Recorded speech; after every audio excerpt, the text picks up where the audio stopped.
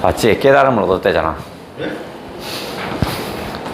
자, 이번에는 뭐냐면 55쪽이네.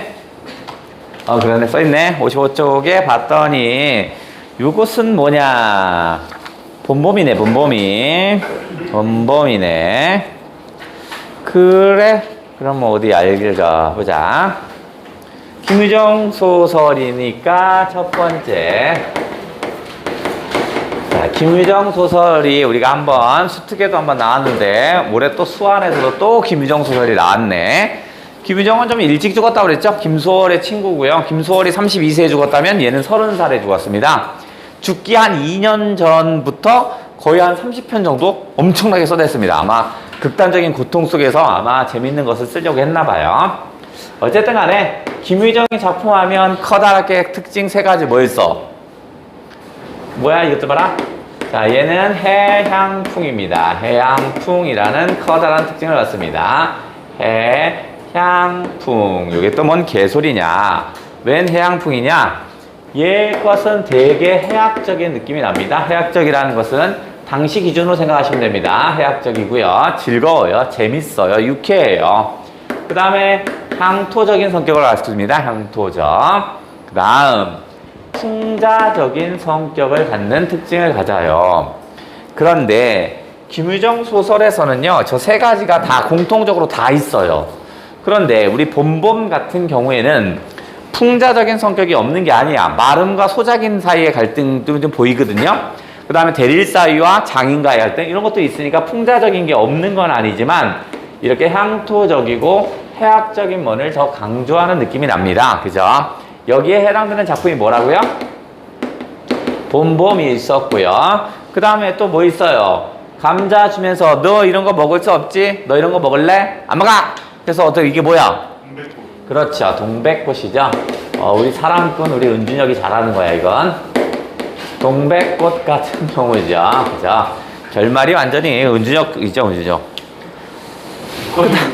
시끄러.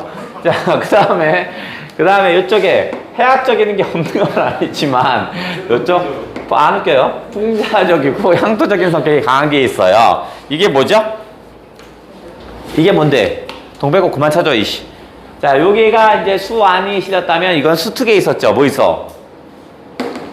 수특에 실린 것 중에서 뭐야? 야, 멀쩡한 콩밭을 갈아 엎었잖아. 그렇죠. 금 따는 콩밭이 여기야. 금 따는 콩밭이 바로 여기에 해당되겠구나. 그런데 금 따는 콩밭도 있지만 아주 모범적인 농민이 염치 없는 인간으로 변해가지요. 그게 뭐 있지? 그렇죠. 만무방도 있었죠. 만무방도 이쪽으로 해당됩니다. 김유정의 소설 큰 특징 세 가지. 요번에 수능 특강 수능 완성에 각각 한 작품이 실렸는데 각각 특색이 좀 있네요. 그죠? 요 놈과 요 놈이 실렸는데 하나는 해학적인 성격이 강하게 나타난 거, 하나는 풍자적 성격이 강한 거. 두 개 양쪽 얘기했네. 자, 그러면 이 작품의 제목을 한번 해보자. 이거 해학적이죠? 자, 해학적 성격이라고 했으니까 해학성을 느낄 수 있는 게 도대체 어느 지점에서 해학성을 느낄 수 있는지 한번 찾아봐야겠어. 본범에서. 자, 본범의 가장 해학적인 것이 뭐냐 했다면 장인과 서로 싸우죠. 그죠? 이거 일단 해학적인 거죠. 장인과의 활극입니다. 뭐 잡아당기고 막 싸우죠? 그죠? 거시기 잡아당기고 서로 싸웁니다. 잡아당기면서 뭐 할아버지 찾으면서 난리를 칩니다. 그죠? 이런 거에서 일단 해학성이 느껴지고요. 그 다음에 두 번째는요, 이건 특징이 결말이 가장 재밌는 게 어딨어? 절정이 가장 재밌죠? 그죠? 절정 부분이 어디냐면 장인과 활극하는 부분, 장인과 어떻게 해서 거시기 잡아당기고 막 싸우는 부분이 가장 재밌는 지점이잖아. 근데 그것을 더욱더 크게 보이려고 어떻게 했어? 절정이 결말 속에 삽입되었습니다. 결말 속에 삽입되었어요.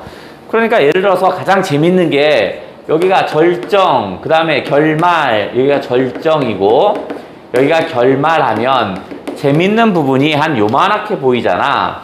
근데 얘를 쪼갭니다. 그래서 여기 뭐냐면 자, 어떻게 쓸 거냐면 여기만큼이 절정이 나오고 그 다음에 요만큼이 결말이 있고 나머지 절정을 이 뒤에다 붙여놓는 거야. 그러면 상대적으로 절정이 어떻게 해서 더 커 보이죠? 그죠? 요렇게 만들어서 해학적인 머리를 더욱더 부각시켰다라는 특징이 있고, 그 다음에 세 번째는요, 지금은 뭐 꼭 그런 건 아니지만 이 당시에 1920, 30년대 어떤 성 역할이라고 한다면 남자가 대시를 하고 여자가 받아들이고 이런 것이 20, 30년대에 보편화돼 있을 거야. 근데 여기서는 뭐냐면 오히려 점순이가 더 어떻게 해서 사랑에 더욱더 더 적극적입니다.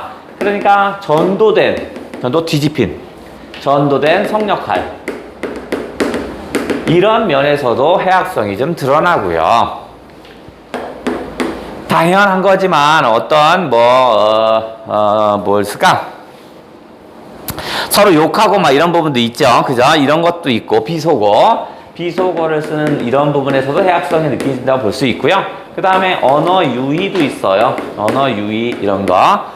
원래 장인의 이름이 봉필인데 욕필이, 봉필이 막 이렇게 얘기하죠. 이런 것도 마찬가지고. 다음 다섯 번째 해학성을 또 느끼는 건 뭐냐면 어리석은 나. 어리석은 나입니다. 내가 너무 멍청해요. 그래서 독자가 읽으면서 아유 이 병신 이거 왜 이러고 살지? 뭐 이런 거 있죠? 이런 면에서 왔을 때도 역시 해학성이 두드러진다라고 보시면 되겠네. 한 5가지 정도 한번 언급을 했고, 다음 세 번째, 이놈의 제목이 왜 하필이면 봄봄이냐? 봄이고요, 봄이랍니다. 그죠? 봄 이렇게 써 있는데 사실은 얘는요, 봄하고 땡땡땡땡땡땡땡땡땡땡땡땡 계속해서 다시 봄 이렇게 될 겁니다. 봄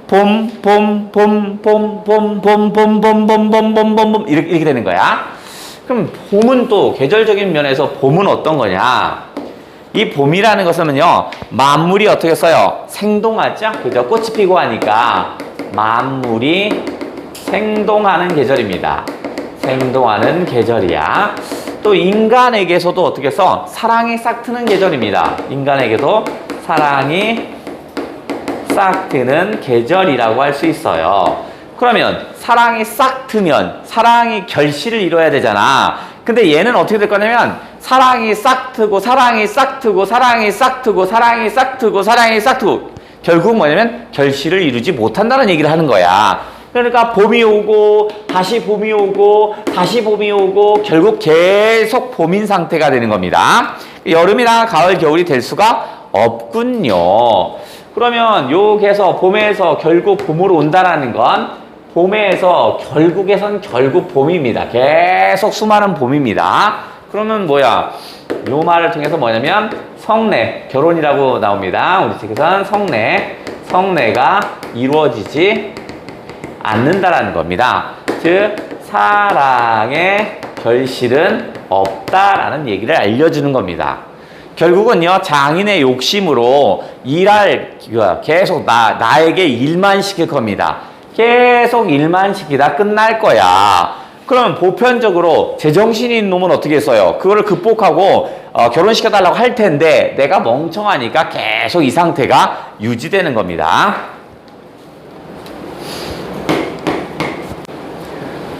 네 번째. 자, 갈등의 원인은 도대체 뭐냐? 갈등의 원인은 나하고 표면적인 갈등을 해볼게요. 첫 번째, 표면적인 갈등은 결국 뭐냐면 나가 있고요, 그 다음에 장인이 있는데 요 둘의 갈등은 바로 뭐냐면 성례입니다. 결혼. 장인은 어떻게 얘기하냐면 선을 이렇게 그고 이 정도 키가 크면 결혼을 시켜줄게 라고 해요.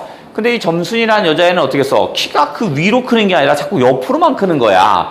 그래서 결혼을 못하는 게 이게 표면적인 갈등입니다. 하지만 이건 겉으로 드러나는 갈등이고요. 이면적인 이런 갈등이 생기는 건 내가 멍청합니다. 멍청한 나입니다. 자, 바보 같은이라고 쓸까? 바보 같은 나하고요. 그 다음 뭐야? 욕심 많은 장인입니다. 욕심 많은 장인 사이의 갈등이 이면적인 거야. 즉 장인은 계속 일을 시킬 거고요. 바보 같은 나는 그거를 몰라요. 간파하지 못해요. 그러니까 계속 이 갈등 상태가 나오는 거야. 겉으로는 결혼 문제지만 사실은 뭐야? 장인의 욕심 때문에 갈등은 계속 유지될 겁니다. 오케이.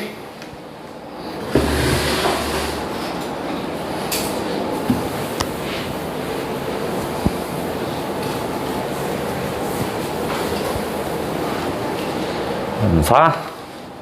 오.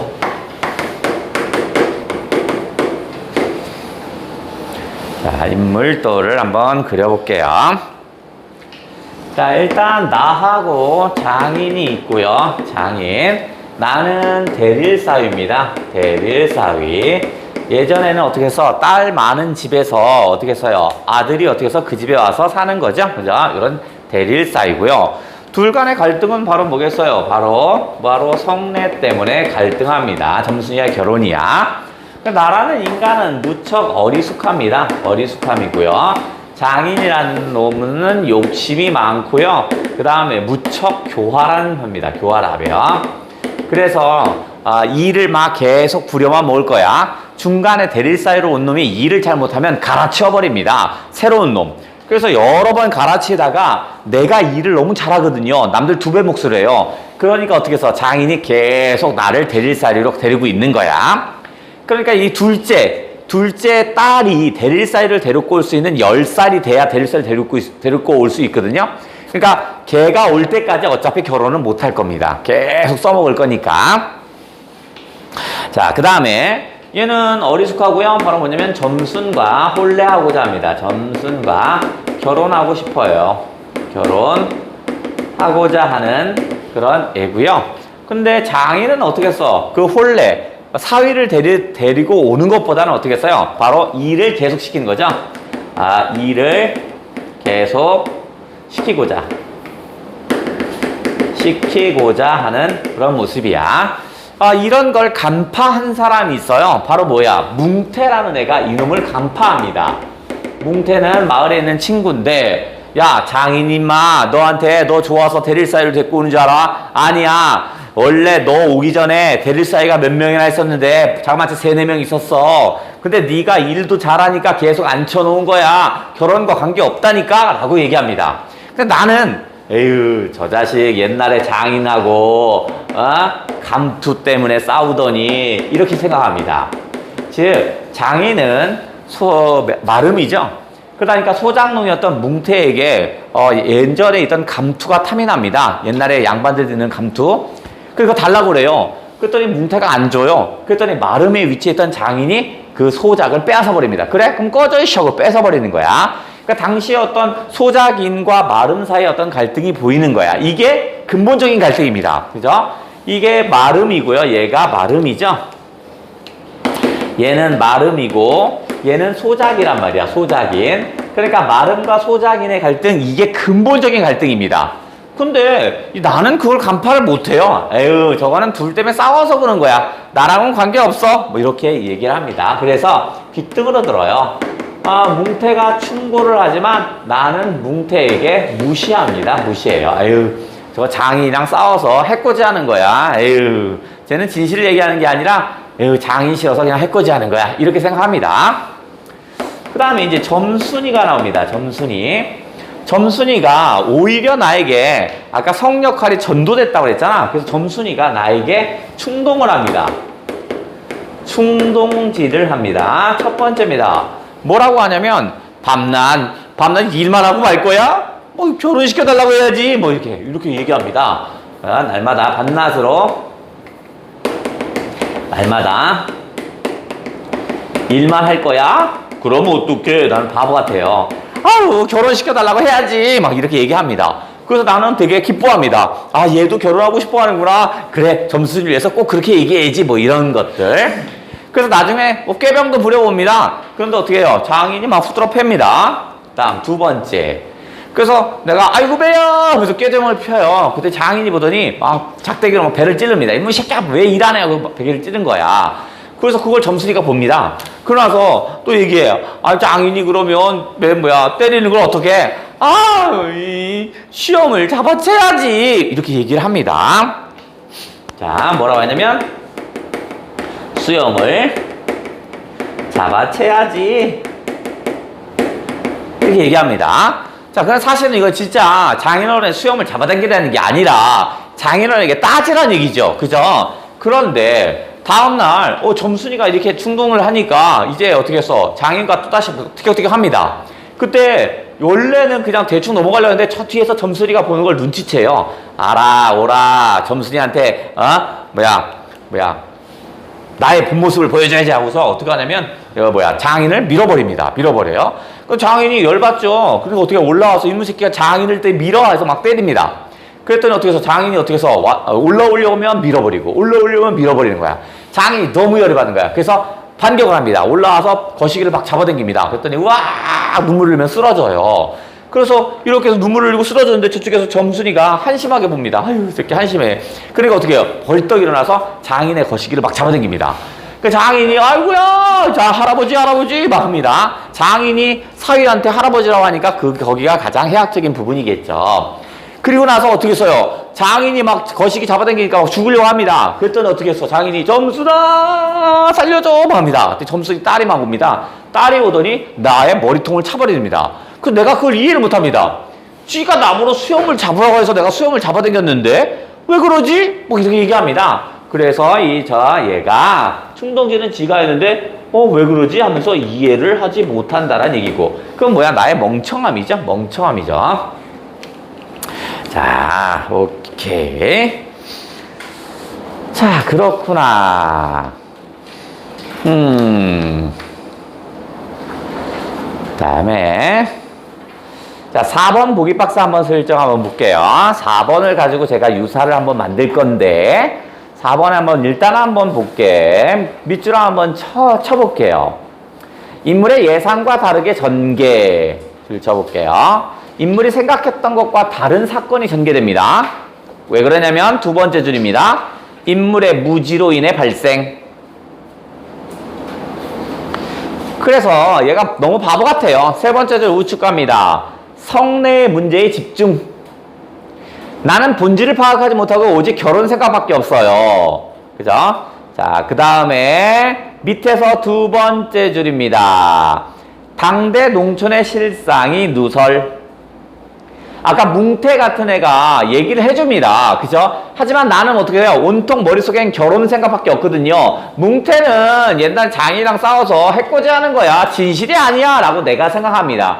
정확한 현실을 파악하지 못하는 거죠? 그죠? 오케이. 그러면 6번째 정리해야 할 게 있어. 이따가도 한번 할 건데, 아까 해학적인 이유가 뭐냐면, 나의 어리숙함이라고 그랬죠? 그죠? 나의 어리숙함 때문에 되게 웃기기도 합니다. 아유, 바보 새끼, 여기 멍청이, 이런 얘기니까. 자, 그러면, 나의 어리숙함이고요. 이걸 문학에서는 뭐라고 하냐면, 믿을 수 없는 화자입니다. 믿을 수 없는 화자. 이거 멍청하다는 겁니다. 어떻게 저럴 수 있지? 저런 상멍청이, 이런 의미야. 자, 그래서 4번 보기 박스에서 뭐라고 하냐면 이 모든 것이 인물의 무지함입니다. 인물의 무지함, 멍청한 거야. 인물의 무지함으로 인해서 두 가지를 얘기할 겁니다. 첫 번째, 자기가 생각한 것과는 다르게 흘러간다고 생각합니다. 상황이 사실 예상과 다르게 전개. 예상과 다르게 전개된다라고 생각하고 있고요. 두 번째, 왜 이러냐? 인물의 관심은, 나의 관심이죠? 인물의 관심은 어디에 다 빠져 있냐면, 성내의 관심, 온통 결혼입니다. 성내 문제에 집중합니다. 문제에 집중되어 있어요. 그러다 보니까, 자신과 무관하다고 하는 것이 사실은 그게 실체입니다. 사건의 실체입니다. 자신과 무관하다고 느끼는 게 있어요. 그게 뭐였냐면 바로 농촌의 실상이겠죠. 농촌의 실상. 농촌의 실상은 바로 뭐였냐면 마름과 소작관계. 마름과 소작인과의 관계가 나하고는 관계가 없다고 생각합니다. 왜? 나는 테릴사위니까 이렇게 생각하는 거야. 사실은 이것이 실상인데, 그죠? 온통 성내 문제에 관심이 있다 보니까 이런 실상이 은연중에 드러나는 거야. 그걸 복자가 보면서 이런 멍청이 실상은 이거야. 성내가 아니고 멍청아. 이렇게 된다고요. 그래.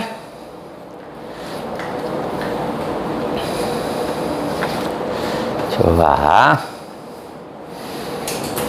그래.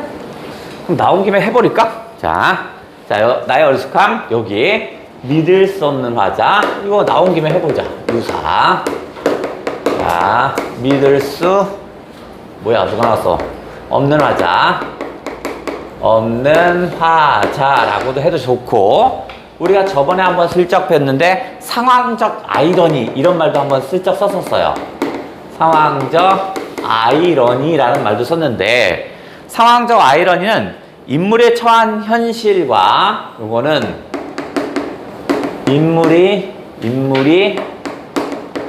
처한 현실과, 그 다음에 인물의 현실 인식이 서로 어떻게 부조화 상태입니다. 이게 부조화돼야 돼요. 부조화 상태에 빠지는 걸 상황적 아이러니라고 합니다. 인물이 처한 현실은 부정인데 인물이 현실을 인식하는 것을 긍정으로 인식한다? 이럴 때 상황적 아이러니. 와, 이거 말도 안 돼요. 믿을 수 없는 화자. 이렇게 얘기도 합니다. 자, 그러면 이 작품은 세 작품 정도 한번 해볼게. 자, 거시기가 쓴 거시기인데요. 얘는 공간이 3개가 나옵니다. 공간을 3개를 좀 끊어서 해볼게요. 자, 서울이라는 공간에 존재하는 사람이 2명이 있어요. 누구냐면 윤직원 영감은 서울에 삽니다. 윤직원 영감은 뭐 하는 사람이냐? 고리대금 업자입니다. 고리대금 업자야. 그래서 고리대금 이자를 통해서 폭리를 취하는 이런 놈이고요. 그 다음에 얘는 또 뭐 하냐면 소장료도 착취하는 놈입니다. 어이, 나쁜 놈이네, 이거. 소장료를 착취하는 그런 부정적인 인물이군요. 그죠? 그 다음에, 자기, 거의 손잡벌 되는 애를 첩으로 데려옵니다. 근데 그 손자는 더 웃긴 놈인데, 그 윤직원의 첩이죠? 그 애를 부인으로 삼아요. 이거 개족보입니다. 개족보야. 그래서, 그러니까 할머니를 부인으로 삼는, 뭐 이런 정도죠. 그죠? 자신의 할머니를. 어쨌든, 어린 기생, 그 다음 뭐 축첩, 온갖 나쁜 짓들은 다 한다라고 생각하시면 됩니다. 자, 그런데 이 윤직원이라는 애가, 그러니까 지금 내 말투에선 이미 얘는 부정적인 놈이잖아. 이게 또 우리의 또 주인공이네, 이놈이.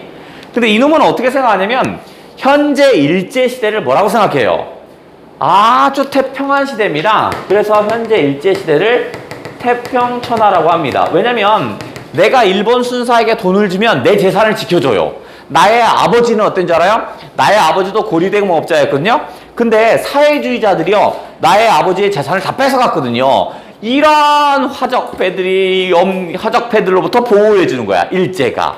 그 다음에 불안당, 내 돈을 뺏어갔잖아. 그 불안당을 일제가 보호를 해주는 거야. 근데 가만히 생각해보니까 일본 순사에게 돈 매기고 있는데, 돈을 주고 있는데 그 돈도 조금씩 아까워지기 시작합니다. 가만히 있어.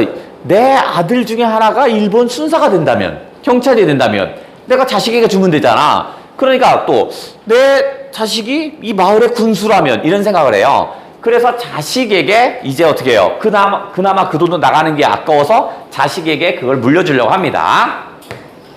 자, 그러니까 현재가 일제시대임에도 불구하고 태평천하라고 인식하고 있고요. 그죠?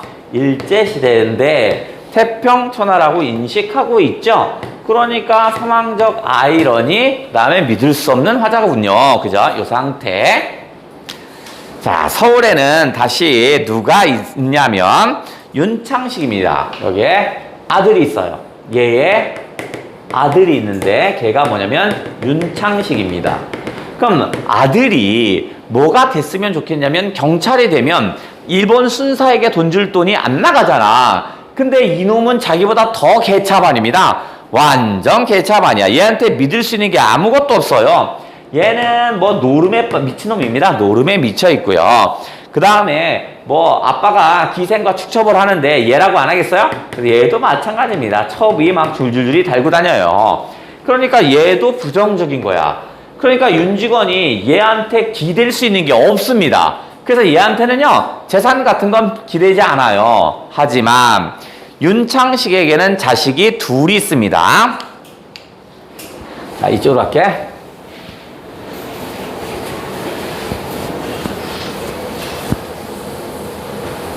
자, 이번에는 군산으로 갑니다. 군산. 얘는 원래 어디 사람이냐면 군산 사람입니다. 군산 사람이야. 아빠가 있어요. 윤용주라고 있습니다. 윤용주가 여기에 살아요. 얘는 뭐냐면 윤직원의 아버지입니다. 윤직원의 아버지야. 그런데 얘가 고리대금업자입니다. 고리대금업자의 소장료를 착취합니다. 그러니까 아버지가 하던 역할을 아들이 그대로 따라하는 거야. 그러면 고리대금업자의 플러스 소장료를 착취하면 가장 나쁜 놈이죠. 그러니까 어떻게 해서 일제시대 때 얘가 친일파가 된 거예요. 친일파 아니냐. 그러니까 해방의 가장 나쁜 놈이니까 어떻게 해요? 다 공격의 대상이죠. 그래서 사회주의자들이요 윤용주의 재산에 불을 지르고요 재산을 다 가져가 버립니다. 그 모습을 본 윤직원은 어떻게 써요? 윤직원은 이 사회주의자 하면 학을 띱니다. 저 사회주의자가 마치 뭐로 보이냐면 불안당으로 보입니다. 그죠? 화적패, 도둑놈이라고 생각합니다. 내 재산을 뺏어갔으니까. 하지만 사회주의자는 어떻게 써요? 소장료를 착취하고 고리대금업자니까 부정적인 놈이죠. 그러니까 그 뺏은 것을 다시 뺏긴 사람에게 돌려주는 사람들이야. 그러니까 사실은 어떻게 써? 얘가 생각하는 불안당 화적패가 더 좋은 사람들입니다. 됐죠? 그러면 여기야 태평천하에서는 바로 뭐냐면 순사가 자신의 재산을 지켜주는 거야. 근데 일제시대 때 오히려 긍정적인 사람이 누구야? 화적패, 그 다음에 불안당이라고 하지만 사실은 얘네들이 어떻게 써? 얘네들이 오히려 긍정적인 놈입니다. 왜냐면 일제에 저항하는 사람들이었죠. 그죠? 순사가 오히려 더 나쁜 놈이고, 그러니까 윤직원은 일본 놈에게 기생하여 사는 사람이고, 그러니까 사회주의자, 독립운동을 벌였던 사회주의자는 어떻게 써요? 얘네 재산을 빼앗아서 빼앗긴 사람에게 되돌려줘야 되죠. 그러니까 화적패와 불안당이 아니라 사실은 뭐야? 독립운동을 하는 사람들이었습니다. 자, 여기 요 상태고 얘도 부정이겠죠? 자, 그 다음에 요 군산에 남아서 살고 있는 애가 누구냐면 바로 윤종수입니다. 윤종수는 바로 윤창식의 첫째 아들입니다. 그죠? 그러니까 첫째 장손주랄까? 장손자겠죠? 그죠? 아까 말씀드렸죠? 윤직원 영감이 어린 기생을 첩으로 데려옵니다. 근데 그 첩을 부인으로 삼는 애가 누구냐면 윤종수입니다. 그러니까 얘는 아빠보다 더 심한 놈입니다. 더 심한 놈이야.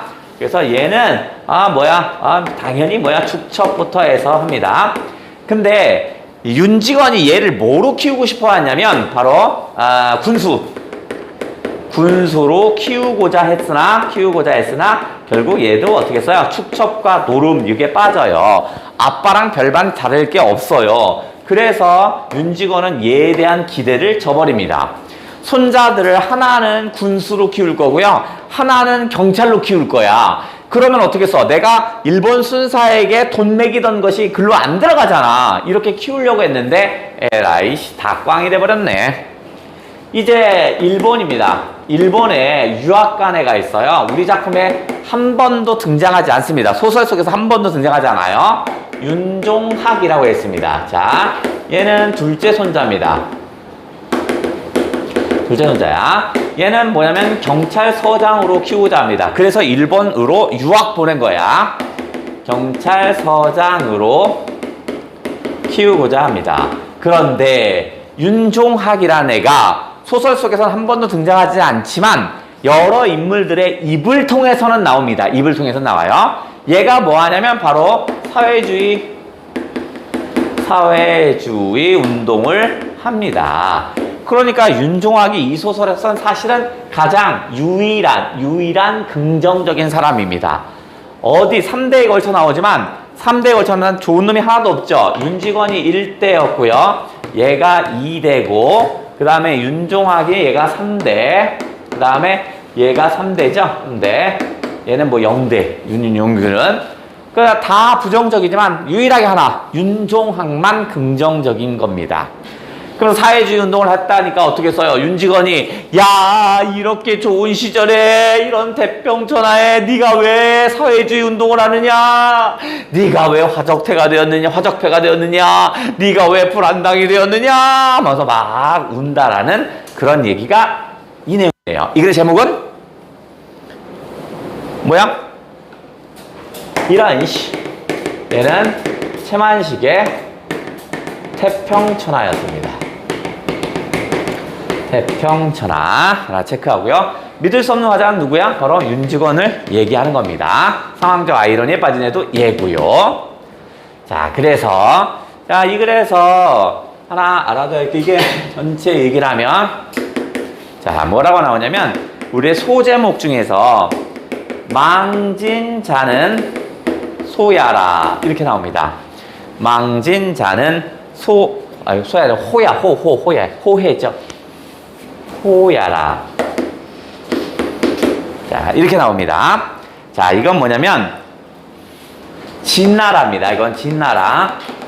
진나라를 망하게 하는 자죠. 그죠? 그러니까 망진 자라는 건 뭐냐면 진시황이 있는 진나라를 망하게 하는 자. 망하게 하는 자라는 의미고요. 호야는 이 호가 봐야 오랑캐죠. 그죠? 오랑캐입니다. 즉 오랑캐에 의해서 망하게 된다라고 생각해요. 그래서 진시황이 어떻게 하냐면 그래서 만리장성을 쌓는 거야. 오랑캐가 못 들어오게 만리장성을 쌓은 거야. 근데 이것은 사실은 어떻게 써? 저 호가 오랑캐 호가 아니라 바로 뭐야? 얘가 따지고 봤더니 오랑캐 호가 아니라 뭐였냐면 진시황의 아들이 있어요. 진시황의 아들이 있는데 걔 이름이 뭐냐면 호해였습니다. 그러면 진나라를 망하게 하는 건 오랑캐가 아니라 바로 뭐야? 그 내부의 아들이었던 겁니다. 이것이 바로 뭐냐면 요것이 바로 윤직원 영감의 몰락을 의미하죠. 요것은 같은 말 윤직원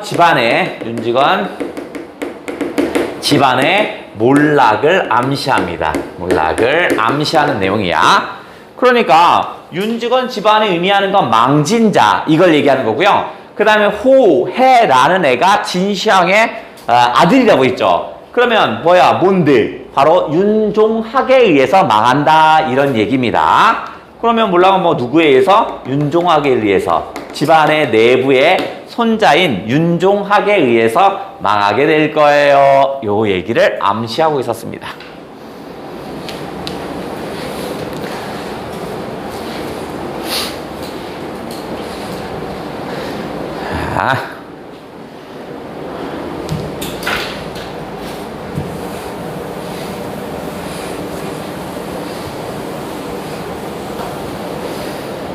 자, 쓰고.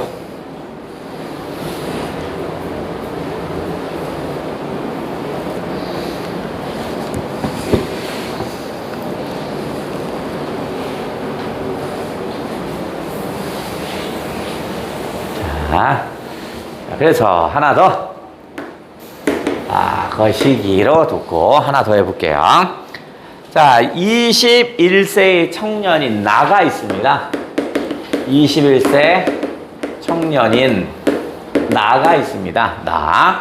근데 얘 나는요, 이 소설 속에서 주인공입니다. 그런데 오히려 얘가 부정적인 놈입니다. 사실은 얘가 부정적인 놈이야. 소설 속에서는 긍정적으로 나오지만 사실은 얘가 부정입니다. 그 다음에 나의 아저씨가 있어요. 아저씨. 얘가 오히려 긍정적인 사람이야. 근데 소설 속에선 그 나가 오히려 긍정으로 나오는데 얘를 비판하거나 조롱을 합니다. 비판하거나 그 다음 뭐야? 비난하거나 조롱하거나 막 이럽니다. 왜냐면 나는요 어떤 사람이냐면 나는 생활력이 되게 강합니다. 생활력이 무척 강해요. 그런데 아저씨는 대학을 졸업해요. 그래서 뭐냐면 일본 유학을 가요. 일본 유학을 가. 그러다가 어떻게 써? 사회주의 운동을 합니다. 사회주의 운동을 해요. 그래서 어떻게 해서 구속되고요. 그 다음에 뭐냐면 이제 병을 얻어서 지금 여기 있는 거거든요. 생활력이 개뿔 하나도 없는 거야. 그래서 저 아저씨 밑에 있는 부인이나 참 불쌍하다. 아 그래 씨 일본 유학 가서 결국 한다는 짓이 사회주의 운동이냐? 나는 일본이랑 결혼을 해서 일본인 이름을 지을 거고 일본이랑 아기가 태어나면 일본인 이름을 지을 거야. 그래서 나는 성실하게 살 거야. 이렇게 생각합니다. 그럼 가만히 보면 이 사회주의 운동을 했다는 건 바로 뭐야? 해방운동이죠. 독립운동이죠. 사실상.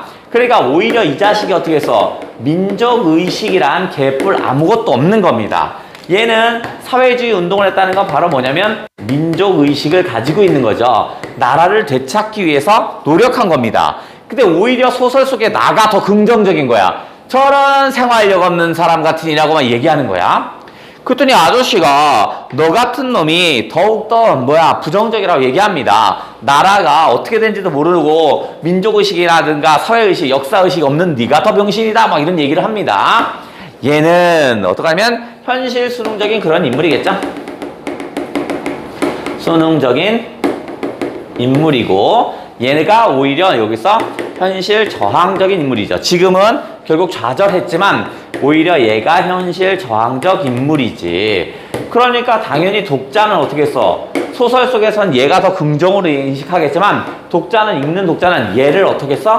오히려 비판을 하겠죠. 그 다음에 얘를 어떻게 했어? 긍정적으로 인식하겠죠. 이 글의 제목이 뭐죠? 소설 속에서는 21세 청년 나를 더 긍정적으로 얘기합니다. 하지만 독자가 가만히 읽어보면 제가 더 부정적이라는 것이 드러나죠. 이 글의 제목은 나의 아저씨 뭐죠? 나의 아저씨 뭐야? 아이유? 뭘까요? 원빈? 뭐야? 나의 아저씨 뭐야? 이런 자, 치숙이었습니다. 숙은 아저씨 숙자고요. 치는 어리석을 치자입니다. 그러니까 어리석은 아저씨겠죠. 필기를 해 사진을 찍지 말고 저 인간탱이야. 저희 어리석은 여인아. 뭐라는 거야 저거. 자 이건 누구냐면 채만식 겁니다. 채만식의 치숙이었습니다. 역시 마찬가지로 소설 속에선 긍정적으로 나오는 게 21세 청년의 나지만 사실은 읽다 보면 제가 더 부정적인 거야. 채만식의 태평천하도 역시 마찬가지야. 소설 속에서는 윤직원 영감을 되게 좋은 놈으로 막 묘사하거든요. 사실은 읽어보면 그게 아니에요. 그래? 요거 비슷한 거 하나 더 해볼게요. 자, 비슷한 거 하나 더 해볼까? 여기까지 나오냐? 지금 준비야? 여기? 여기까지 나와? 맞아? 자, 이번엔 좀 더 해볼게. 자, 이번에는 뭐냐면, 남편이 미쳤어요. 남편이 있습니다. 자, 남편이 있는데, 조사했다. 남편이 있습니다. 아내가 있습니다. 아내가 남편을 걱정하는 내용입니다. 그래서 연민의 마음을 갖습니다. 그걸 누구한테 가냐면, 의사인 남편이 의사인 언니에게 이제 하소연하는 거야. 하소연을 합니다. 아, 남편이 정신 이상이 있어요. 미쳤어요. 라고 해요. 과거 어떻게 해서? 과거 유능한 직장인이었어요. 직장인. 그런데 갑자기 급작스럽게 뭐 하냐면 사표를 냅니다. 우발적으로 사표를 내요. 우발적으로 사표를 냈다라고 얘기합니다. 아니 남편이 회사 잘 다니다가 갑자기 사표를 냈어. 그러더니 한여름에 여름날 겨울 양복을 입고 다녀 이렇게 얘기합니다. 겨울 양복을 입고 다닙니다. 그래서 우리 남편은 미친 거다 미쳤다라고 합니다. 하소연해요. 그런데 여기에서 아주 잠깐 배터리가 또 아웃된다고 신호를 주네. 배터리 좀 갈고.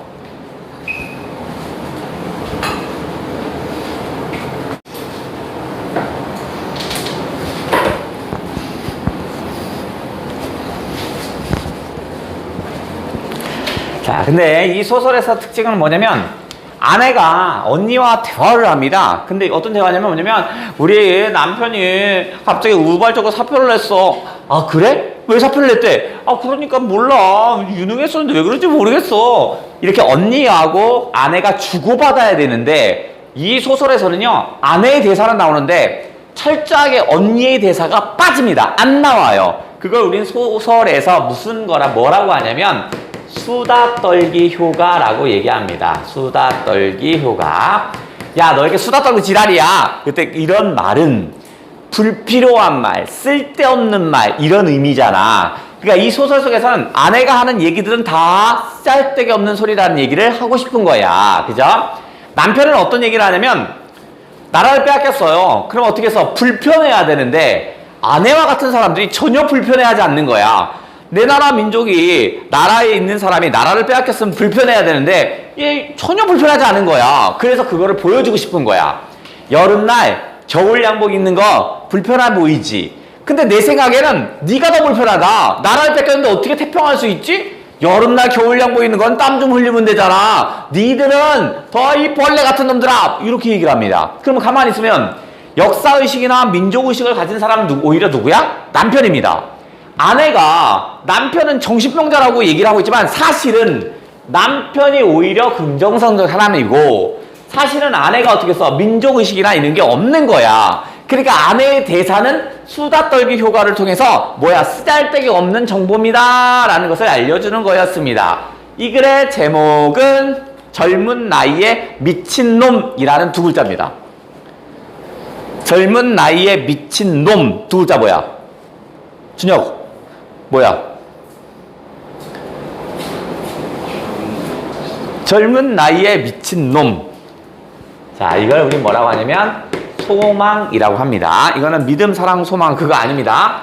요의 의미는 젊은 나이에 미친 사람입니다. 미친 사람. 자, 이건 누구 거냐면 채만식 작품입니다.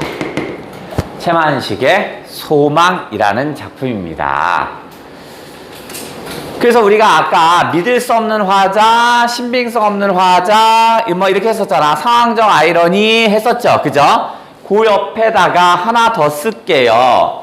채만식 소설의 특징인데 칭찬과 비난의 역전 구조를 갖습니다. 역전 구조를 가지고 있어요. 칭찬과 비난의 역전 구조라는 건 뭐였냐면 자, 태평천하에 보시면 소설 속에서 칭찬하고 있는 건 윤직원 영간이 긍정적인 사람으로 묘사되고 있습니다. 그죠? 하지만 독자는 읽어보니까 어떻게 써요? 윤종학이라는 애가 사회주의 운동을 해서 윤직원이 이렇게 개쓰레기야 이렇게 얘기하고 있지만 사실은 어떻게 써? 소설 속에는 이렇게 되고 있지만 역전구조라고요. 윤직원이 나쁜 놈이고 윤종학이 좋은 놈이야. 그 다음에 아까 시숙에서 내가 아유 경제적으로 무능한 저 아저씨 아유 대학 나온 뭐해 저게 경제적으로 무능한데 부인이 불쌍해 이렇게 얘기하면서 내가 되게 긍정적인 놈처럼 얘기되고 있지만 사실은 내가 민족의식은 개뿔 아무것도 없는 놈이지. 누가 더 긍정이었냐면 치숙 아저씨 미친 아저씨라고 얘기했던 치숙이 사실은 오히려 더 긍정적인 인물입니다. 그 다음에 소망이라는 작품도 역시 마찬가지야. 소망에선 부인이 그죠? 부인이 물론 남편 걱정을 하고 있으니까 되게 좋은 애네. 그죠? 남편이 정신병에 걸렸으니까 치료하려는 마음이니까. 하지만 오히려 부인은 어떻게 해서 일제시대를 전혀 불편하게 생각하지 않는 사람이죠. 민족의식이 없어요. 오히려 미친 남편이라고 나오는 이 남편이 오히려 긍정이었군요. 그래서 채만식 소설의 특징 중에 하나인데요. 칭찬과 비난이 역전되는 구조입니다. 그러니까 윤직원이 사실은 나쁜 놈, 얘가 긍정. 내가 나쁜 놈, 치숙이 오히려 긍정. 부인이 바보 같은 놈, 오히려 남편이 긍정이었습니다. 칭찬과 비난의 역전 구성을 가졌다.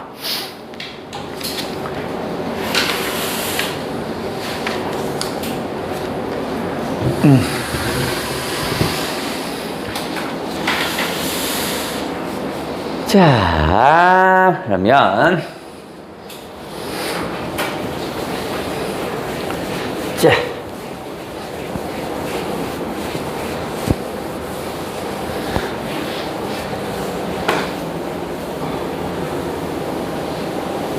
지어도 되지?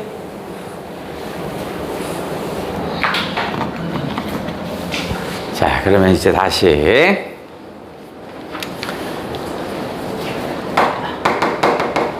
유사 작품을 아까 해볼게요. 아까 김유정의 동백꽃 슬쩍 설명하고 갔는데 나왔으니까 살짝 핵심적인 내용만 해볼게요. 동백꽃 정도 살짝 이야기 스토리만 살짝.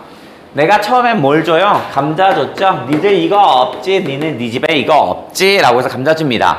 사실은 이 감자가 뭐야? 점순이의 애정 표현이었습니다. 그러니까 이 감자 얘기하는 건 점순이의 애정 표현입니다. 점순이의 애정 표현이었습니다. 그런데 나는 그게 어떻게 들려요? 니까 너 같은 소작인들은 감자 같은 거 못 먹지. 내가 좀 줄까? 이런 마음으로 들렸다고 그랬죠?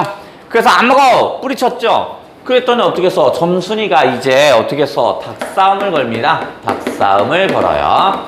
그럼 이 닭싸움이라는 건 바로 뭐냐? 점순이의 어떤 이중적인 마음입니다. 어떤 거냐면 미워! 내 사랑을 거부했으니까 미움. 하지만 이 얘기는 뭐야? 일종의 애정이죠? 자꾸 어떻게 해서 왜 꼬마 애들 보시면 여자친구 초등학교 때 보시면 여러분들 했잖아. 여자친구가 뭐 관심이 있어요. 그럼 괜히 어떻게 해서 거기 가서 막 괴롭히잖아. 일부러. 그죠? 얘도 그런 겁니다. 밉기도 하지만 마음에 있어요. 그러니까 거기 어떻게 해서 괴롭히는 겁니다. 미움과 애정의 어떤 이중적 감정이겠죠? 예. 이중적인 감정이겠죠. 결국 내가 어떻게 했어요? 너무 화가 나서 닭을 때려서 죽였죠? 그러니까 깜짝 놀라죠. 이거 소작 떨어지는 게 아닌가 해서 벌벌벌 떨잖아. 그러면서 어떻게 했어? 내가 안 이를 테니까 너 내 말 잘 들어야 돼 하면서 어떻게 했어? 동백꽃이 핀 곳에 어떻게 해서 스르륵 잡아뜨리죠. 그죠? 그럼 이것은 바로 뭐겠어? 화해와 사랑이겠죠. 화해와 사랑을 암시하는 그런 내용이었습니다.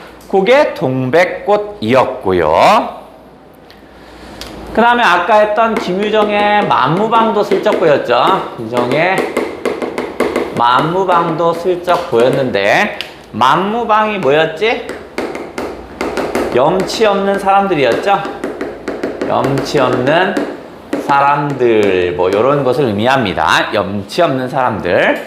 그러면 이 소설은 어떤 거라고 그랬어요? 아주 모범 농민이었죠. 모범 농민이었던 누구야? 형인 응칠이하고 바로 응오가 있는데 얘들이 점차 어떻게 써요? 바로 뭐 염치 없는 만무방이 됩니다. 왜 얘들이 만무방이 되냐면 자, 일제히 수탈이 장난이 아닙니다. 그 다음에 고리대금업, 고리대금업자, 그 다음에 지주, 얘네들이 어떻게 해서 폭리를 취합니다. 폭리를 취해요. 그러니까 이런 부정적인 게 너무 심해지는 거야. 일제히 수탈 하나로도 힘든데 벅찬데 고리대금업자와 지주까지 나를 뛰기 시작하거든요. 그러니까 얘들은 어떻게 해서 더 이상 살 수가 없는 거야. 생계를 유지할 수가 없습니다. 얘들은 생계 유지가 불가능합니다. 그래서 일을 하면 일을 할수록 빚이 늘어난다고 그러죠. 일할수록 빚이 늘어나요. 이것 띄고 저것 띄고 하다 보니까 빚이 늘어나는 거지. 그러니까 얘네들은 어떻게 써요? 만무방으로 살아갈 수밖에 없는 겁니다. 만무방처럼 염치 없게 만무방처럼 살 수밖에 없는 처지가 보이는구나. 즉 모범농민 초긍정이었던 우리 응호와 응칠이가 결국에는 어떻게 해서 만무방이 되어서 살 수밖에 없는 처지입니다. 그래서 응칠이가 도둑을 잡죠. 그게 누구였어? 응호였잖아. 그래서 응호가 뭐라 했어? 아, 내 거 내가 훔쳐가는데 왜 지랄이야? 하면서 막 화를 내잖아. 그러면서 한동안 응칠이가 벙찝니다. 네가 왜 네 거를 훔쳐가? 이렇게 벙쪄요. 그러다가 어떻게 해요? 사태 파악이 되죠? 누가 떼가고 누가 떼면 결국 돈이 없는 거야. 자기도 경험을 해봤으니까. 그러면서 어떻게 써? 응칠이가 울지 마, 새끼야. 야, 나에게 뭐가 있어? 좋은 수가 있어. 라고 합니다. 그래서 뭐라냐면, 좋은 수인데, 소설 속에선 존수라고 나와요. 좋은 수야. 나에게 좋은 수가 있어. 그게 뭔데? 이게 뭐죠? 이 좋은 수가 황소 훔치기입니다. 야, 저기에 황소가 있거든? 그 황소 훔쳐가서 우리 한탕 하자. 이러는 겁니다. 황소 훔치기. 결국 얘네들은 끝까지 뭐로 살 수밖에 없어? 만무방으로 살 수밖에 없군요. 오케이. 조금 쉬었다가.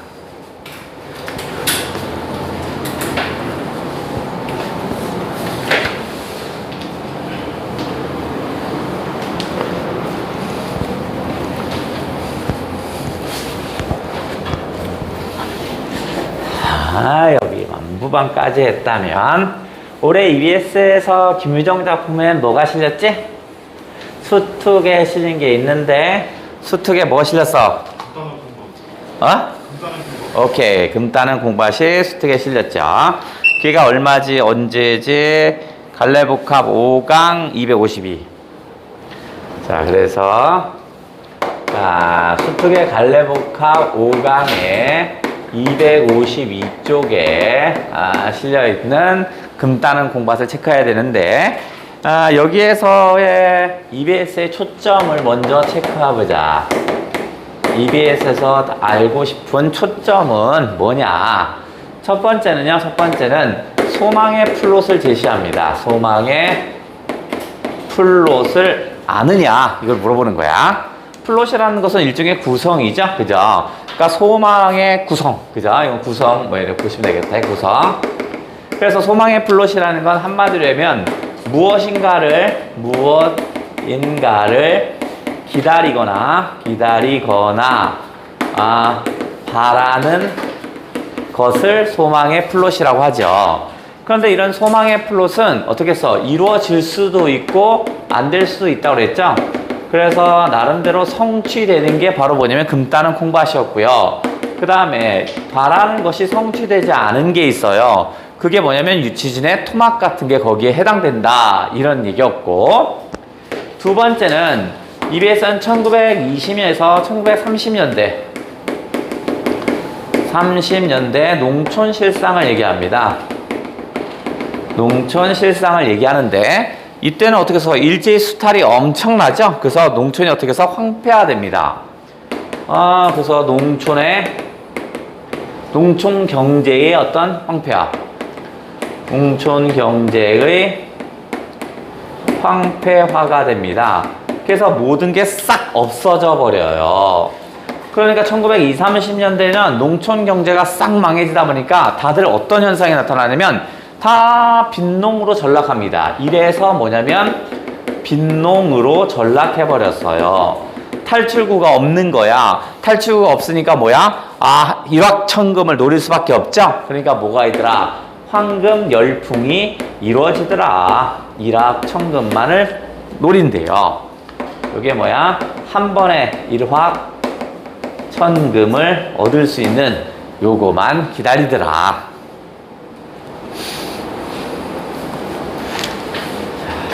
그래서 체크해야 할 게 뭐였냐면 김유정의 금 따는 콩밭. 금 따는 콩밭을 체크해야 합니다. 금 따는 콩밭. 그래. 그러면 첫 번째 해야 할 걸 제목을 분석해야겠구나. 금 따는 콩밭이라는 게 뭐냐? 자, 이 금이라는 건 일종의 물질적 욕망이라고 그랬죠? 그죠? 갖고 싶어 하는 물질적 욕망이었습니다. 욕망. 그러면 콩밭은 뭔데? 이거는 어떤, 내가 일을 열심히 했을 때 농민으로 사는 거잖아. 현실에 충실한 삶. 얘는 현실에 충실한 삶을 사는 것이 바로 콩밭에 해당되는 거지. 근데 이 김유정의 금 따는 콩밭은 풍자적인 성격이 짙다라고 그랬죠. 그죠? 그러니까 이 물질적 욕망에 해당되는 게 바로 뭐냐면, 일제의 전략적 산업 광업입니다. 전략적 산업이었던 광업을 지칭하는 겁니다. 광업. 그러면 현실에 충실한 삶인 이 콩밭은 뭐냐? 바로 조선의 전통적 산업입니다. 조선의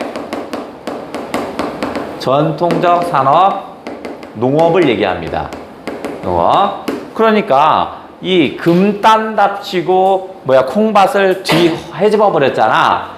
금딴답시고 콩밭을 헤집어 버렸죠. 즉 일제의 전략적 산업이 조선의 전통적 산업을 무너뜨렸어요. 이런 얘기입니다. 즉 이놈이 옛을 무너뜨렸어요. 요게 전체 이야기입니다. 그러니까 풍자적인 거죠. 일제의 전략적 산업, 저게 광업이 조선의 전통적 산업인 농업을 무너뜨렸다. 이런 얘기네. 그래. 그렇다면 이 금의 이중적 속성이 있습니다. 이중적인 속성을 지녔는데, 첫 번째, 아까 만무방 배웠듯이 일을 해도 벗어날 길이 없는 거야. 그러니까 어떻게 써요? 금이 바로 가난으로부터의 탈출이죠. 가난으로부터의 탈출구입니다. 하지만 괜히 금딴답시고 깝죽대다가 콩밭만 무너져 버렸죠. 망가졌잖아. 그러니까 이게 금도 없고 콩밭도 없으니까 바로 파멸의 길이었죠. 가난으로부터 탈출구가 될 수도 있지만 사실은 이것이 파멸의 길이기도 하군요.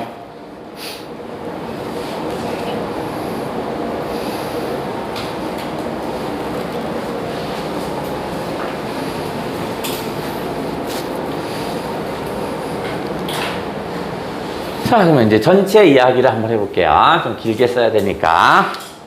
3번. 전체 해볼까요? 전체 얘기를 한번 하는데, 얘는 공간이 계속 반복됩니다. 집, 콩밭, 집, 콩밭 반복된다고 그랬죠. 그런데 이쪽을 갈등이라고 놓고 이쪽을 시간이라고 놓는다면 처음 시작은 현재라고 그랬죠. 그죠? 콩밭에서 시작을 합니다. 처음 소설 시작부터 누가 있냐면 영식이, 건강한 농민이었던 영식이가 한탕주의에 빠져있는 수재의 꼬임에 넘어가요. 그래서 결국 뭐냐면 콩밭을 해짓고 나서 어떻게 했어요? 거기에서 금 캔다고 합니다. 그런데 콩밭이 안 나오니까 어떻게 했어요?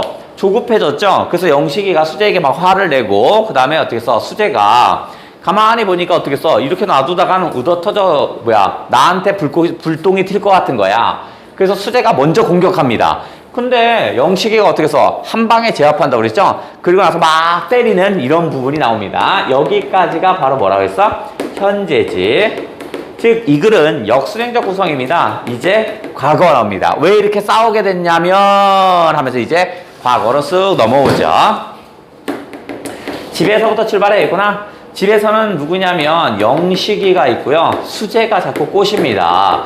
여기에 금이 난 것 같아. 금줄기가 들어왔으니까 개발을 하자. 싫다고 합니다. 왜냐면 영식이는요, 금 캔답시고 깝쪽대다가 망한 애들 많이 봤거든요. 그런데 수재가 누굴 꼬시냐면 영식의 처를 꼬신다고 그랬죠. 그래서 수재와 영식의 처가 한 편 먹고 영식을 꼬시죠. 그래도 안 넘어오다가 수재가 술을 주죠. 그죠? 맛있는 술을 주니까 그러면 다음날 한번 파보자 라고 합니다. 넘어갔네, 술에서. 그래서 이제 콩밭에 가는데 이제 땅을 파기로 했으니까 영식과 수재가 한 편이고, 여기에 특이한 지점이 나옵니다. 마름이 지나가면서, 또는 동네 어른이 지나가면서, 야, 무슨 콩밭에서 금이 난다고 지랄들이야, 일이나 열심히 해, 막 이렇게 얘기합니다. 즉 마름이 전통적인 소설에서는 다 나쁜 놈으로 나오는데 여기서는 긍정적으로 나옵니다. 현실을 정확히 알죠? 그죠? 콩밭에는 금이 없어요. 그러니까 영식과 수재가 오히려 부정적인 거였고요. 우리가 지금 오늘 배우고 있는 모든 작품에서 마름은 다 나쁜 놈이었습니다. 근데 여기서는 마름은 좀 긍정적이고요. 자, 금이 계속 나오지 않다 보니까 이제 집으로 가서 영식과 영식의 처가 싸우는데 장난이 아닙니다. 그죠? 영식이가 네가 이거 파자고 해서 이렇게 된 거 아니야. 어머 왜 나만 그랬어요? 당신도 파자고 했잖아요. 막 서로 싸웁니다. 근데 이렇게 싸우는 모습을 누가 보냐면 수재가 봅니다. 근데 야 이러다가 불똥이 나한테 튈 것 같은 거야. 그래서 내가 먼저 선수를 쳐야겠다. 먼저 선빵을 날려야겠다고 생각합니다. 그래서 콩밭에 가서 이제 어떻게 해서 영식이가 뭔 말을 하려고 했더니 수재가 바로 공격을 합니다. 하지만 한 방에 제압을 합니다. 그러면서 후드러 팹니다. 그죠? 그러니까 여기가 지금 여기가 일치하는 거야. 여기가 아까 맞던 데, 아까 싸우던 데가 여기야. 됐죠? 그러니까 여기서부터 다시 현재가 되는 거야. 계속 맞다 보니까 야 이거 맞다가 죽을 것 같은 거야. 그래서 어떻게 해서 야 이거 거짓말 치고 빨리 톡 가야겠다라고 생각을 한다고요. 그래서 어떻게 써요? 수재가 거짓말을 하죠. 그죠? 뭐라고 해요? 금이 나타났다 라고 하죠. 수재의 거짓말을 하죠. 그러면서 어떻게 해서 영식과 영식의 처는 진짜 금이 나온 줄 알거든요. 그러니까 갈등이 뚝 떨어지죠. 갈등이 해소된 듯한 거야. 사실은 이제 실체를 알면 또 싸우겠지만 소설은 여기서 끝이야. 그러니까 영식과 영식의 처는 갈등이 해소됐다고 생각합니다. 그래서 그 다음 수재가 도망합니다. 수재가 도망을 친다라는 얘기고, 그래서 우리가 수업할 때 나는 여기에 초점을 둬라. 그죠? 수재가 거짓말하는 순간 영식과 영식의 처는 금이 나왔다고 생각하지요. 그 현실은 그렇지만 사실은 어떻게 해서 금이 없는 거잖아. 인물이 상황을 인식하는 건 금이 있다고 생각하지만 사실은 금이 없지, 현실은. 그래서 여기가 바로 상황적 아이러니에 해당된다고 그랬죠. 아이러니. 그래서 앞에서 채만식의 태평천하 하는 거 상황적 아이러니라고 그랬잖아. 채만식의 치숙 마찬가지고요. 채만식의 소망도 다 여기 때문에 나온 겁니다. 요게 금 따는 콩밭이었고요. 그러니까 아까 처음으로 가면 EBS에서 소망의 플롯에서 성취를 한 것이 바로 금 따는 콩밭이 여기 들어가는 거야. 자, 그렇다면 갈래복합 252에서는 당연히 어떻게 해서요? 성취하지 못하는 것도 나와야겠지. 그죠? 두 가지로 얘기했으니까. 그럼 그게 뭔데? 그게 뭐죠? 그게 유치진의 뭐가 나왔지? 토막이 거기에 해당되는 거죠. 토막. 그러면 1번 토막부터 정리하자. 토막이라 함은 토막이라는 건 음습하다고 그랬죠. 아주 음습합니다. 음습하고 어두워요. 어두운. 그 다음에 문패라고는 아무것도 없다고 그랬죠. 문패가 없습니다. 그러니까 판잣집보다 더 못 산 거야. 지푸라기로 돼 있으니까 엄청 못 사는 겁니다. 요게 바로 1920년대 농촌입니다. 20년대 농촌이야. 왜 이렇게 사냐면 일제히 수탈로 인한 겁니다. 그러면 이렇게 일제히 수탈로 인하면 이제 저항하는 사람이 있겠죠. 걔가 누군데? 명수입니다. 명수. 명수라는 거 최명수죠. 명수가 뭐 할 거냐면 얘가 독립운동하죠. 명수의 독립운동. 일종의 저항이겠죠. 하지만 명수가 독립운동을 했지만 얘는 어떻게 해서 결국 유골로 오죠. 명수의 죽음이겠구나.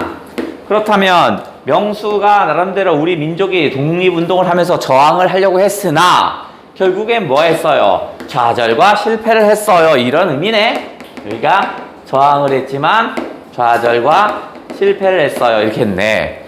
앞쪽에서 배웠던 모더니즘 시에서 보시면 저항하는 적극적 태도도 보이지만 소극적으로 현실에 순응하는 모습이 보인다 그랬잖아. 그럴 때 반어적으로 어떻게 써요? 저항해야 함을 알려준다 그랬잖아. 이것도 마찬가지야. 이렇게 허무하게 죽었어? 그러니까 우리가 더 싸워야 돼. 이런 말을 가질 수 있겠죠. 자, 전체를 하면 전반부 후반부 해도 좋고요. 얘는 1막 2막 두 개, 막이 딱 두 개입니다. 그러니까 1막 2막으로 설명하면 되겠지. 1막의 첫 부분이 우리 EBS에 나왔어요. 명서의 처가 있고 금녀가 있죠. 막내딸입니다. 얘네들이 명수의 친구 삼조가 일본에 간다라는 얘기를 들어요. 그래서 얘네들이 부탁하죠. 명수의 소식을 전해달라고 합니다.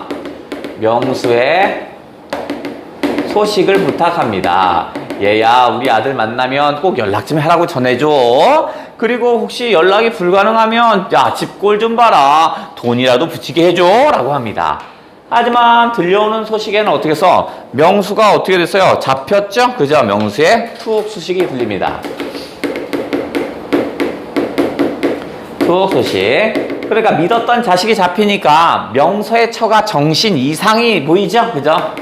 자, 명서의 처가 정신 이상이 보입니다.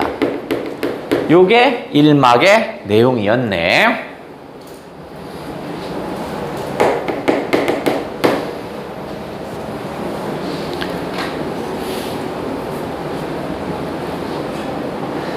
자, 2막으로 가면 이제 후반부에도 좋습니다. 딱 2개밖에 없습니다. 자, 무서운 사연이 옵니다. 무서운 사연이 옵니다. 그런데 이런 거 올 때마다 희곡에서 뭐가 있어요? 여기에 바람 소리가 난다고 그랬죠? 이런 거 있을 때마다 앞에 바람 소리, 불길한 게 올 때마다 바람 소리가 옵니다. 그래서 무서운 사연이 뭐냐? 명수의 종신형이죠. 명수의 종신형 또는 종신징역이네. 그래서 이 반응이 집안에 들렸더니 금녀와 그 다음에 엄마 명서의 처가 비슷하기도 하고 다른 점도 있습니다. 명서의 처가 반응이 좀 비슷하면서 달라요. 일단 금녀의 입장에서는요, 오빠의 독립운동을 되게 자랑스러워합니다. 일제가 종신징역을 했다는 건 일제에 반한 행동을 했다는 얘기니까 그건 독립운동이겠죠. 그래서 오빠의 독립운동을 자랑스러워합니다. 자랑스러워해요. 명서의 처는 어떻게 써? 저 종신형은 거짓말이라고 합니다. 거짓말을 해. 하지만 이 둘 사이에서 공통점이 있는 거야. 금녀는 오빠가 독립운동을 했으니까 우리 집에도 이제는 긍정이 올 거라고 생각을 합니다. 그래서 뭐 하냐면, 우리 토막의 서기가 생길 것이라고 합니다. 서기는 상서로움이, 신비로운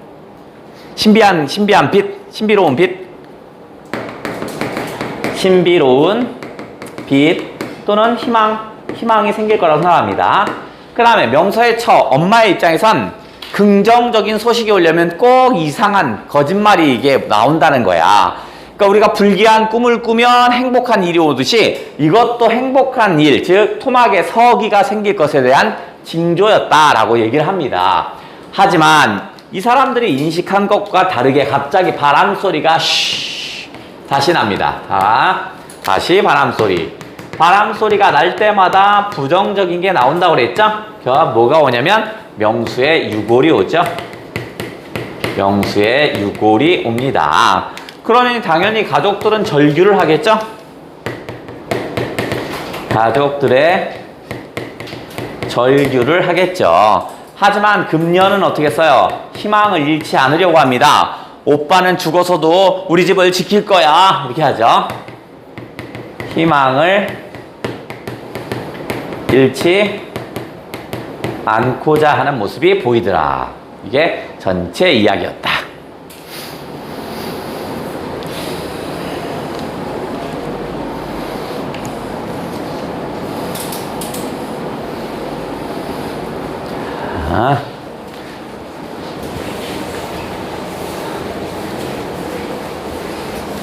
자, 이놈이 나오면 얘보다 오히려 더 중요한 것은 유치진의 뭐라고 그랬어요?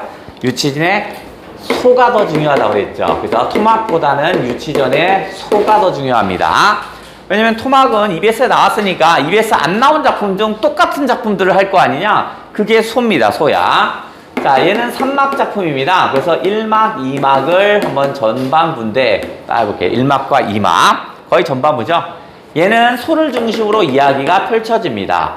소라는 건 민족 공동체입니다. 민족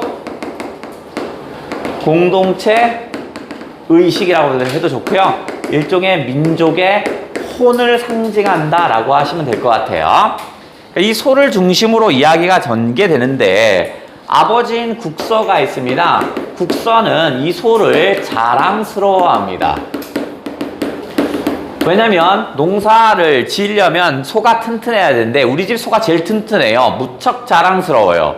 하지만 말똥이 입장에선 이 소를 대하는 자세가 좀 달라요. 아들인데요. 결혼을 하고 싶어요. 귀찬이라는 여자애가 있는데 걔가 빚에 쪼들려서 일본에 팔려고 합니다. 그래서 말똥이는 이 소를 팔아서 귀찬이의 빚을 갚고 결혼하고 싶어 하는 거야. 그러니까 귀찬이와 결혼하고자 합니다. 결혼하고자 해요. 그러니까 결혼 자금 또는 귀찬이의 빚을 갚아주려면 저 소를 팔아야 합니다. 근데 국서는 소를 되게 자랑스러워하니까 팔 생각이 없어요. 갈등이 생기겠죠? 말똥이만 그런 게 아닙니다. 둘째 아들인 개똥이도 있어요. 개똥이. 얘의 입장에선 이 농촌에서 농사를 짓고 산다는 건 불가능합니다. 아까 했잖아. 일을 하면 할수록 더욱더 가난해진다고요. 그러니까 어떻게 써? 만주에 가서 장사를 하면 된대요. 그래서 뭐냐면 장사 미천을 마련하려고 합니다. 미천을 마련하고자 해요. 그러니까 개똥이는 어떻게 써? 아버지한테 얘기합니다. 소 팔자. 소를 팔아서 나한테 장사 미천을 주면 내가 장사를 해서 돈을 벌 테니까 이 얘기야. 자, 그런데 요 밑에 누가 있냐면 사음, 즉 마름이 있습니다. 마름의 입장에서는 어떻게 써요? 저 소가 일종의 담보입니다. 담보야. 그래서 얘는 뭐냐면 국서의 빚이야. 국서에 빚이 있는데, 그래서 물론 착취하는 거겠지만, 그러니까 그 빚의 담보야. 그러니까 얘는 뭐야? 빼앗아야 합니다. 빼앗아야 할 것이겠지. 어느 날 말똥이가 하도 부탁을 하니까 국서가 자식을 이길 수는 없잖아. 그래서 뭐야? 어쩔 수 없이 소를 팔고자 합니다. 어쩔 수 없이 팔고자 해요. 그런데 그게 누구의 귀에 들어가냐면 사움, 마름의 귀에 들어갑니다. 그러면 얘가 자식을 위해서, 말똥이를 위해서 소를 팔아버리면 자신이 어떻게 해서 빼앗아야 되는데 빼앗으면 국서의 빚을 받지 못하잖아. 그래서 사음이 그걸 빼앗아 가버립니다. 자, 삼막입니다. 자, 사음, 마름이 어떻게 써? 소를 빼앗아 갔죠? 소를 빼앗아 갔네. 그러니까 이제 국서가 저 사음에게 소송을 걸려고 합니다. 그래서 소송을 걸어서 그 돈을 뺏으려고 했는데 사람들이 얘기합니다. 마름을 대상으로 한다는 건 말도 안 된다. 그리고 어차피 빚이 있기 때문에 소송을 해도 의미 없다. 의미 없는 소송이라는 걸 알아요. 그래서 소송을 하지 못합니다. 그러니까 말똥이 입장에선 미쳐버리겠는 겁니다. 소가 없으니까 당장에 귀찬이의 빚을 못 갚겠죠. 그런데 웬걸 귀찬이가 이제 일본으로 팔려간 거야. 그 모습을 보니까 눈에 불이 들어왔죠. 불이 켜지니까 사음을 죽여버리고 싶지만 사실은 사음도 얘도 심부름꾼에 불과하죠. 그러니까 누굴 찾아가? 지주를 찾아갑니다. 지주를 찾아가서 말똥이가 불을 질러버립니다. 불을 지르고 현행범으로 잡혀요. 그래서 어디 가면 주재소로 잡혀갑니다.